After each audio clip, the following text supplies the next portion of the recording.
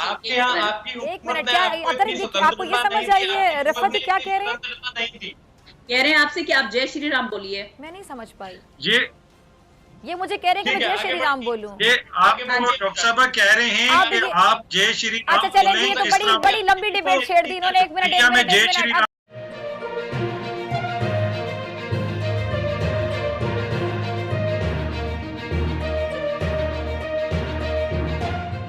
पाकिस्तान की जानिब से खित्ते में अमन और अमान के लिए कोशिशें कुछ हद तक कह लें कि रंग ले आई हैं और मोदी सरकार को बिल आखिर पाकिस्तान की जानिब से की जाने वाली कोशिशों के आगे जंग के बजाय अमन और अमान का रास्ता इख्तियार करना ही पड़ गया।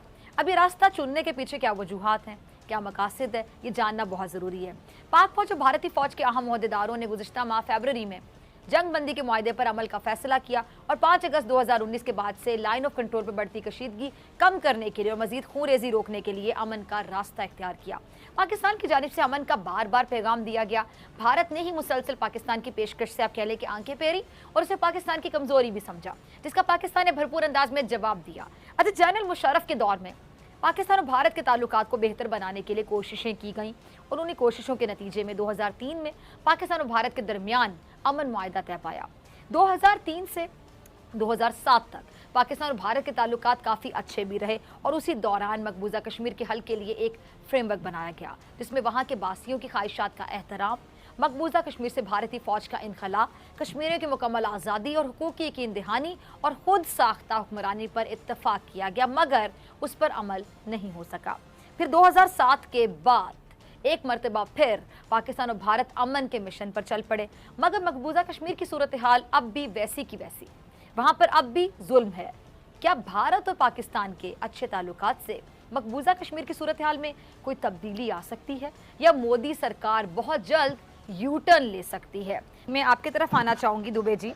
2003 से 7 के दौरान भी अमन के लिए कोशिशें की गई, काविशें की गई, मकबूजा कश्मीर के हल के लिए एक फ्रेमवर्क बनाया गया जिस पर अमल नहीं हो सका।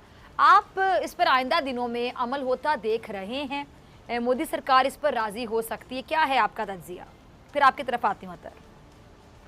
फिजा जी, आज कोई भी बात करने से पहले सबसे पहले मैं आपका अभिवादन करना चाहूंगा, जय श्री राम बोलकर और राधे श्याम बोलकर, और चाहूंगा कि आप भी अगर अभिवादन करना चाहती हैं तो कृपया आप भी जय श्री राम बोलकर अभिवादन करें। क्या आप बोल सकती हैं? क्या आप अभिवादन कर सकती हैं? फिजा जी, मेरा सवाल यही है, क्या आप जय श्री राम बोलकर आप हिंदी में कुछ कह रहे हैं, मैं ज्यादा हिंदी नहीं समझती। वो उनके कहने का मतलब है कि आप दुबे जी अपने मुल्क में तो आप लोग जबरदस्ती घर वापसी करवा रहे हैं, लोगों को जबरदस्ती मुसलमान से हिंदू कन्वर्ट करवा रहे हैं। क्या आप रिलीजियस चीजें क्यों लेके आ रहे हैं? आप बात कर रहे हैं उस पर बात है, आप अभिवादन स्वीकार नहीं कर रहे और दाएं बाएं की बात कर रहे हैं। मैं केवल आपको अभिवादन कर रहा हूँ, जय श्री राम बोलकर, राधे श्याम बोलकर। क्या आप अभिवादन कर सकते हैं? वो आपसे कह रहे हैं क्या टर्म ये बोल रहे हैं, क्या ये लफ्ज बोल रहे हैं? क्या कह रहे हैं? जय श्री राम तो हम उसी वक्त सुनते हैं जब मुसलमानों को वहाँ पे लिंचिंग हो रही होती है। तो क्या आपने यहाँ पे कोई लिंचिंग कर रहे हैं? मुझे नहीं समझ आ रही कि आप क्या बात करने की कोशिश कर रहे हैं। जहाँ तक किसी भी मजहब के काम, हम जो भी पाकिस्तानी, हम तमाम मज़ाहिब की इज्जत भी करते हैं, एहतराम भी करते हैं, और हम चाहे कोई भी मजहब हो, लेकिन आप यहाँ पे क्या करने की कोशिश कर रहे हैं उसकी मुझे समझ नहीं आ रही। अभिवादन नहीं कर सकते भारत की आवाम को, लेकिन हम स्वतंत्र हैं क्योंकि स्वतंत्रता नहीं, हम अल्लाह अकबर। क्या ये मुझे ये कह रहे हैं कि मैं जय श्री राम बोलूं? क्या ये कह रहे हैं मुझे? स्वतंत्रता है आपके यहाँ, आपकी एक मिनट, क्या आपको ये समझ आई है रफत क्या कह रहे हैं? कह रहे हैं आपसे कि आप जय श्री राम बोलिए। मैं नहीं समझ पाई। ये मुझे कह रहे हैं कि मैं जय श्री राम बोलूं। ये आप डॉक्टर साहब कह रहे हैं कि आप जय श्री राम। अच्छा चलें, ये तो बड़ी बड़ी लंबी डिबेट छेड़ दी इन्होंने। एक मिनट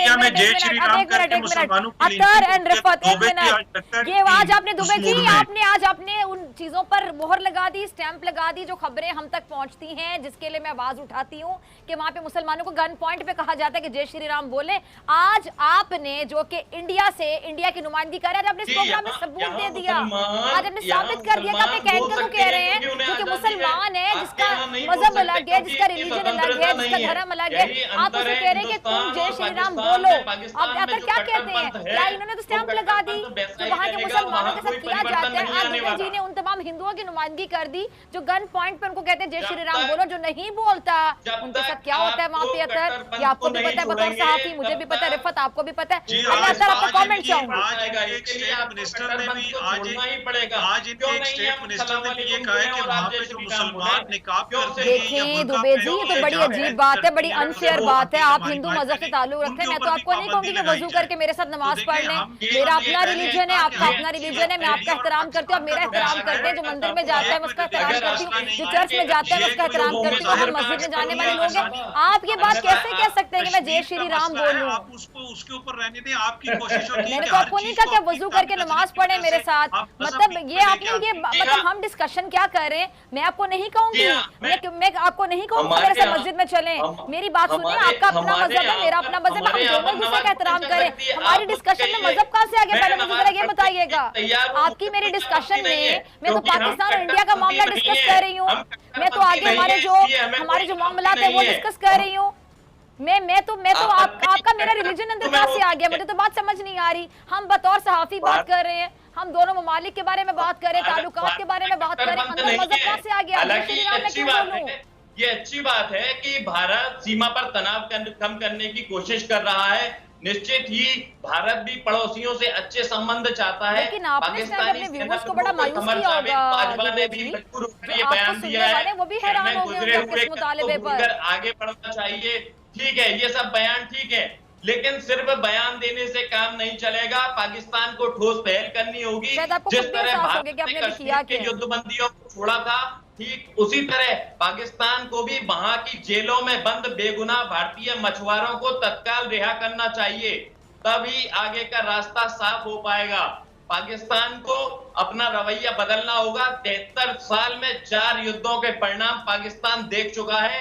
भारत कोरोना वैक्सीन की पहल कर चुका है, अब बारी पाकिस्तान की है।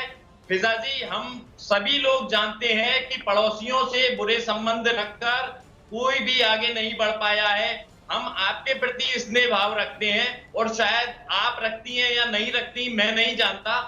दोनों ही मुल्कों में बहुत सारे ऐसे लोग होंगे जो आवाम है, एक दूसरे के प्रति अच्छे भाव रखती होगी, लेकिन सवाल ये है क्या आपकी हुकूमत को ये बर्दाश्त नहीं?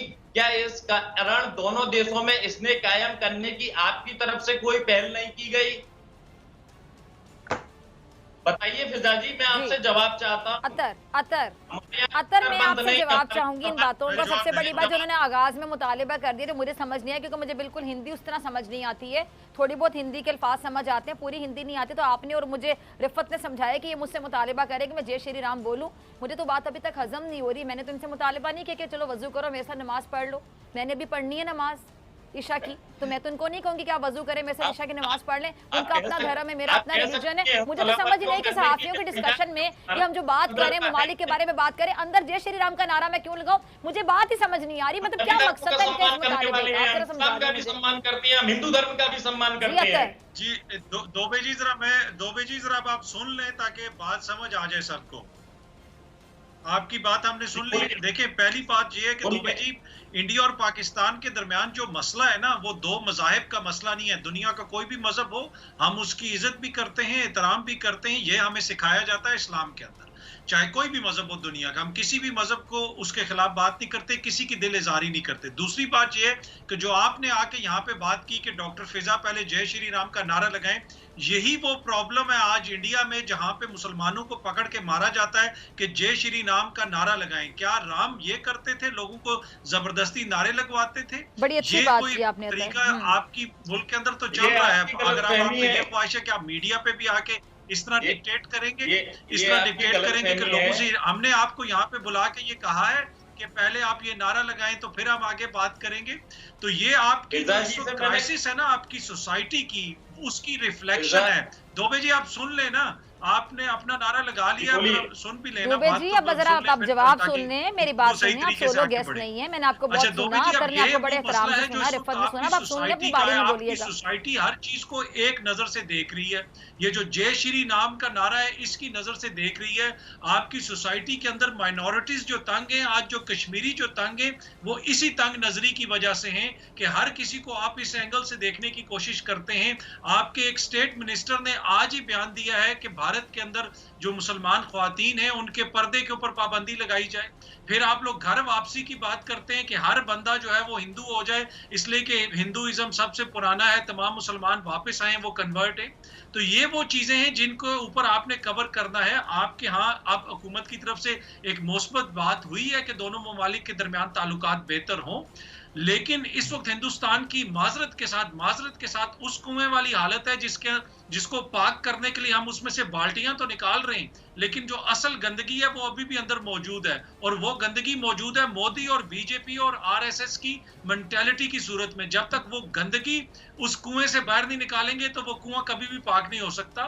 तो ये सोच है जो आप लोगों ने चेंज करनी है, जिसकी वजह से आपके मुल्क में आजकल ये हालात हैं। जहां तक पीस का ताल्लुक है, पाकिस्तान एक पुरअमन मुल्क है और हमारी ख्वाहिश है कि कोई भी हमारा नेबर हो उसके साथ हमारे ताल्लुकात अच्छे हों, हम पुरअमन तरीके से रहें। और पाकिस्तान तो बार बार अमन की ऑफर करता रहा है, बार बार ये कहता रहा है कि हमें डायलॉग करना चाहिए। उधर से ही आपकी तरफ से फिल्मी डायलॉग आते थे, ये कर देंगे, पीओके ले लेंगे, कब्जा कर लेंगे, वो कर लेंगे। अभी जब औकात चाइना ने याद करवाई है अमेरिका को और आपको भी, तो आपको पता चला है कि ये तो नहीं हो सकता। तो इसी वजह से अब आप हमारी तरफ दोस्ती का हाथ बढ़ा रहे हैं, लेकिन फिर भी इसलिए कि हमें परवाह है भारत के अंदर जो लोग हैं, माइनॉरिटीज हैं, जो हमारे कश्मीरी भाई हैं, हम चाहते हैं कि उनकी जिंदगियां आसान हो और दोनों ममालिक के ताल्लुकात में बेहतरी से अगर उनकी जिंदगी आसान होती है, कश्मीर के मसले के हल की तरफ कोई सूरत निकलती है, तो उसके लिए हम तैयार हैं। लेकिन अगर आप ये कहेंगे कि आप हमसे जय श्री राम का नारा लगवाएंगे जबरदस्ती, तो ये आपकी भूल है। आपने पाकिस्तान डे परेड भी देखी होगी, हम उसके लिए भी तैयार हैं। तो दोनों चीजें आपके सामने मौजूद हैं, चूज आपने खुद करनी है। जबरदस्ती तो पाकिस्तान में कन्वर्ट किया जाता है हिंदुओं को, भारत, इसी वजह से कश्मीरी कौम की बात इंतहाला है। मुझे तो 4 पंक्तियां इस समय याद आ रही हैं, आपको सुनाना चाहूंगा। याद करो सियाचिन और कारगिल से कैसे भगाया है, 65 और 71 में हमने कैसे धूल चटाया है। गिड़गिड़ाए थे तब, माफ करो अब, करते थे तौबा तौबा, आग दिखाते आंख हमें ही, करते फिर नादानी हो, दुनिया वाले जानते हैं ये कैसे पाकिस्तानी हो।